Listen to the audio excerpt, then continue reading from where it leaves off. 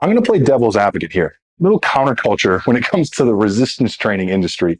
What seems to be really in vogue recently is this training muscles in a lengthened position to cause muscle growth or hypertrophy. And for good reason, there seems to be a lot of literature coming out to support this claim. I'm going to pump the brakes just a skosh here, like curb the enthusiasm on the training in the lengthened position sentiment.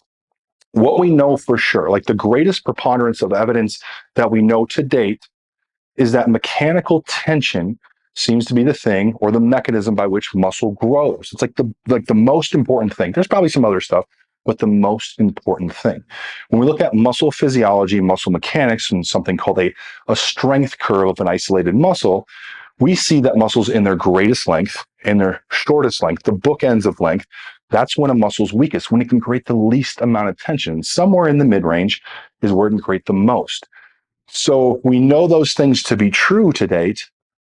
Wouldn't it make sense to exploit the mid-range of an isolated muscle? Now, if we're talking about, more complex multi-joint movements, there's a little bit of a different story there, but wouldn't it make sense to train the mid-length or range and exploit that most if we're trying to grow muscle?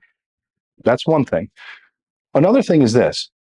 When you get to a lengthened position under load in a muscle, oftentimes we also are approximating structural bookends, like joints are kind of getting to their end range.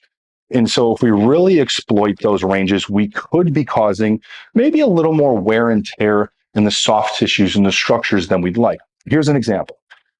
Doing a dumbbell chest fly, right? And imagine I'm lying down.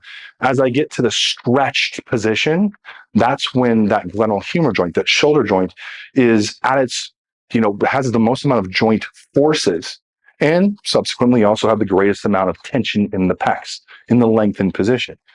Which, again, if we just look in a vacuum at the research of training muscles in a lengthened position, we might go right after that dumbbell fly.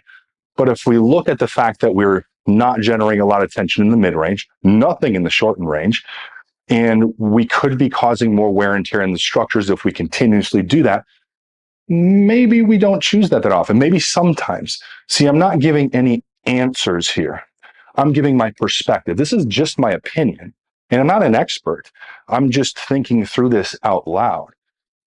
Let's say we go through, to make this practical, a leg session.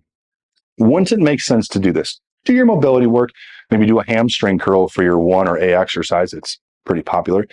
Then for your 2 and maybe 3 exercise, you choose something like a hack squat and a split squat, right? And we really exploit, by how we set up the exercise, the mid-range. And we really try to be strong in these exercises, right?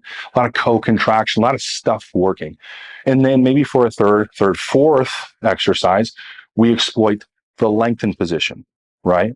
Because we know that's advantageous. See, this is how this is an evidence-based approach, right? We look at research, that's one thing. We look at fundamental principles when it comes to physiology, mechanics, and anatomy. We look at personal experience. And if you're a practitioner, what is your client's personal experience, wants, needs, goals, right? That's evidence-based.